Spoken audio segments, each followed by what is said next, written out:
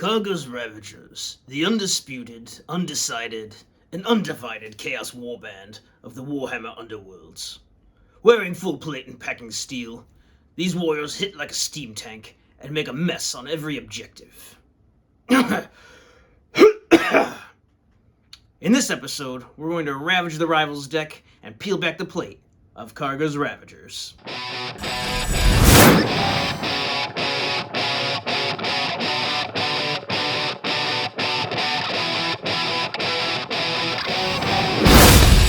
Khagras Ravagers is a 4-model warband released in the Dire Chasm season. They use a unique mechanic called desecration tokens. No blood or pus, like a devoted chaos warrior. These guys just make a mess indiscriminately on everything. But what does it mean to desecrate a token? In fluff terms, maybe they're defecating on these locations. Or perhaps they're drawing mustaches and other crude symbols. In game terms, when a rule tells you to desecrate an objective, you place one friendly desecration token on that objective. Use just one of the random counters to do it. If at the end of the power step an enemy fighter's in the same hex as an objective that has a desecration token, you can remove that token. I guess the enemy fighters are cleaning up the desecration, the big mess that Khagras Ravagers are putting all over things. The models use desecration tokens to inspire. Each member of the warband inspires off the same mechanic, and that is if there's at least 2 desecration tokens on objectives on the battlefield at the end of an activation. It was changed in a recent errata, so ignore the card text in the rest of this video. Let's look at Khagra the Usurper, the leader of the warband. Khagra has a move of 3 hexes, 4 wounds, and rolls 1 dice on defense for shields. In combat, she swings her demon-bound mace with a range 1, rolling 2 dice to attack and hitting on smash for 3 wounds. She's a real brute. The mace also has knockback 1. Her special ability is Sacrifice. Sacrifice is a reaction, and after an activation which this fighter's attack action takes a target out of action, desecrate 1 objective in the same hex as this fighter or the target. When Khagra inspires, she gains an extra movement and an extra defense, which makes this hero extra killy. Khagra's sister is Zarsha Bittersoul. She's a level 2 wizard full of piss and vinegar. Zarsha has a move of 3, defense is on shields with 1 dice, and she has 3 wounds. She has the Sacrifice special rule just like her usurping son of a bitch sister, Khagra. One of her attacks is a Spike Tongue Curse, a range 3 blast of insults, hitting on channel and doing 1 damage. The attack has a special rule that if it fails, Zarsha suffers backlash.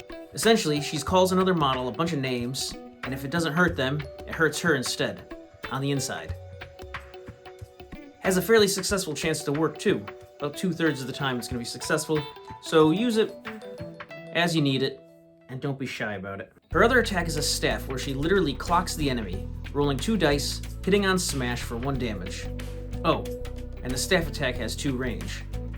When she inspires, her curse does an extra damage, meaning she learned a few more expletives and adds them to her vernacular. Zarsha's lover is Dour Kraken.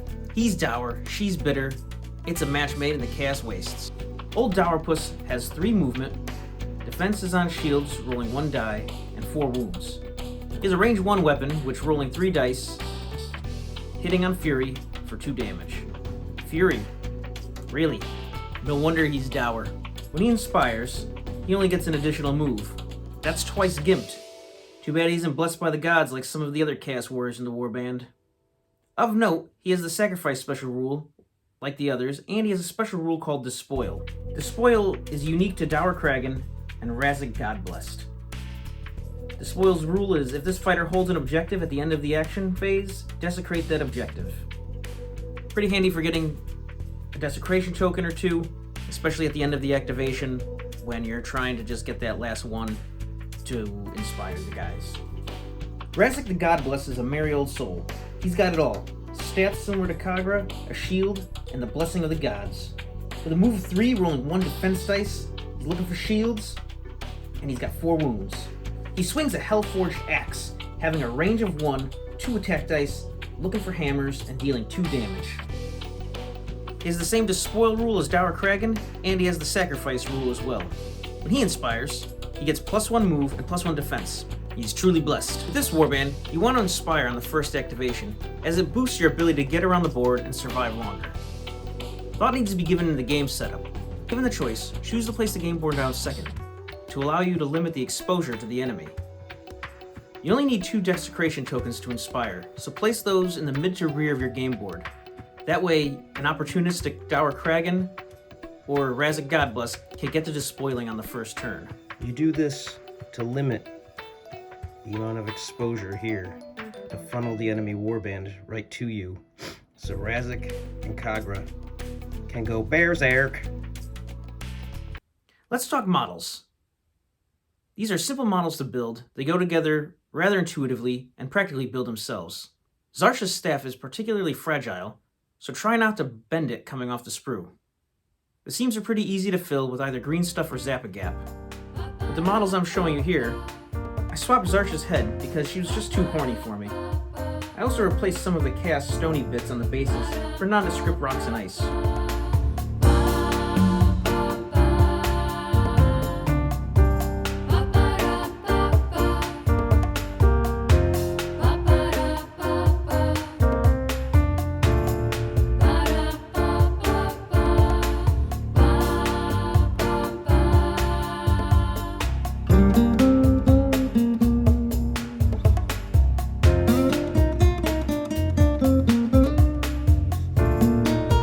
The Rivals deck is quite functional coming right out of the box. Let's dive into some of the cards and see what we got. My top 3 picks for the upgrades include Ruinous Might, Grudging Defense, and Unearthly Charisma. Ruinous Might is a solid upgrade, giving +1 damage to range 1 and range 2 attacks. It's not restricted to any one model, and will boost the killing potential of any member. Play it on Khagra or Razak, and you can lay down some serious hurt on any elite warband. Grudging Defense is the next top pick. It gives the fighter a guard token. I'm God. It can be played on anyone and will disrupt your opponent's plans. It will always be an annoyance to your opponent, and that makes it great. The last card in my top upgrades is Unearthly Charisma. It's restricted to leaders, which means that Khagra, or possibly Zarsha, if she's the proxy leader, can use the card. But we'll talk about that later. The card reads, +1 dice to other friendly fighters, range 1 attack actions if they are within 2 hexes of this fighter.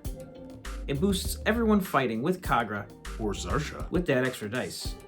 Great for Razak, and it even makes Kragan effective, which might change his dour attitude. About Zarsha being the leader. Power Reclaimed isn't a top pick of my cards, but it's a cool, fluffy card that delves into the narrative of the warband. Especially why Zarsha has such a bitter soul. It's a useful card in case Khagra croaks. The card allows you to make Zarsha the leader of the warband if Khagra's dead. Pretty handy, because then it makes all the leader cards in the warband useful again.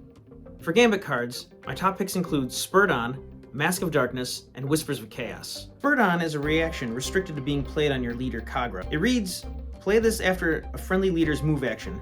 Choose another friendly fighter, and this fighter makes 1 move action. It's great for positioning and gaining support in combat. It's also a surprise move to disrupt your opponent, which is one of my favorite things to do in any game. Mask of Darkness is a spell, so Zarsha must be alive to use it. It allows you to move a friendly fighter to an objective in enemy territory. The fighter has to be within 3 hexes of Zarsha and gets a move token, but it's a real surprise when a Chaos Warrior shows up in your battlefield, desecrating your things, denying objectives, and generally making a mess of your plans. Whispers of Chaos is my last top pick for Gambits. It's another spell, so only Zarsha must be alive to use it. It allows you to move an enemy fighter closer, damage them for 1, or give them a move token. It's a very versatile card, and it's never really a dead card when it's in your hand. Also, Eternal Vendetta helps an inaccurate fighter recover with a reroll, but it's funny because it has Dour Kragan on the card, whiffing with his 3 Fury attack.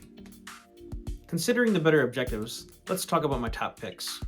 Desolate Domains up first. It's a Surge card. Score this immediately after an activation if each objective token in one or more players' territories has a Desecration token. This is pretty easy to do on yourself, and it scores you 1 quick glory. Next we have Dark Approval, for 2 glory. It's another Surge card, and score it immediately after an activation in which your leader makes an attack action that takes out an enemy leader.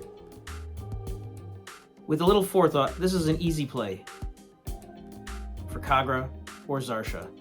Khagra is a beast in combat, and in conjunction with Zarsha or Razik, she should be able to take down most leaders. Lastly, we have Ravagers All, a 1 glory card. It reads, score this in an end phase if each surviving friendly fighter is inspired. This is an easy glory in any end phase, provided you're inspired. Khagra's Ravagers are a unique aggro warband that plays an interesting objective denial game. They're strong, they have a fun narrative component, and can play a mean game, pounding your opponents into pulp. They have a great narrative to them, and some versatility in the form of Zarsha. I would definitely pick up this warband. It's the only Chaos Undecided warband out there, and if you like Chaos Warriors, this one's going to be right up your alley. That's it for this episode. Next month I'll be covering the Seraphon Starblood Stalkers. And then after that, I'd like you to leave me a comment on what you'd like to see next. I have a few warbands sitting in the wings waiting, particularly Hothgorn's Mantrappers, Velmorn's Sons, and Skate's Wild Hunt. Let me know in the comments what you'd like to see next. Until then, thanks for watching Underworld Tactics, and see you next time.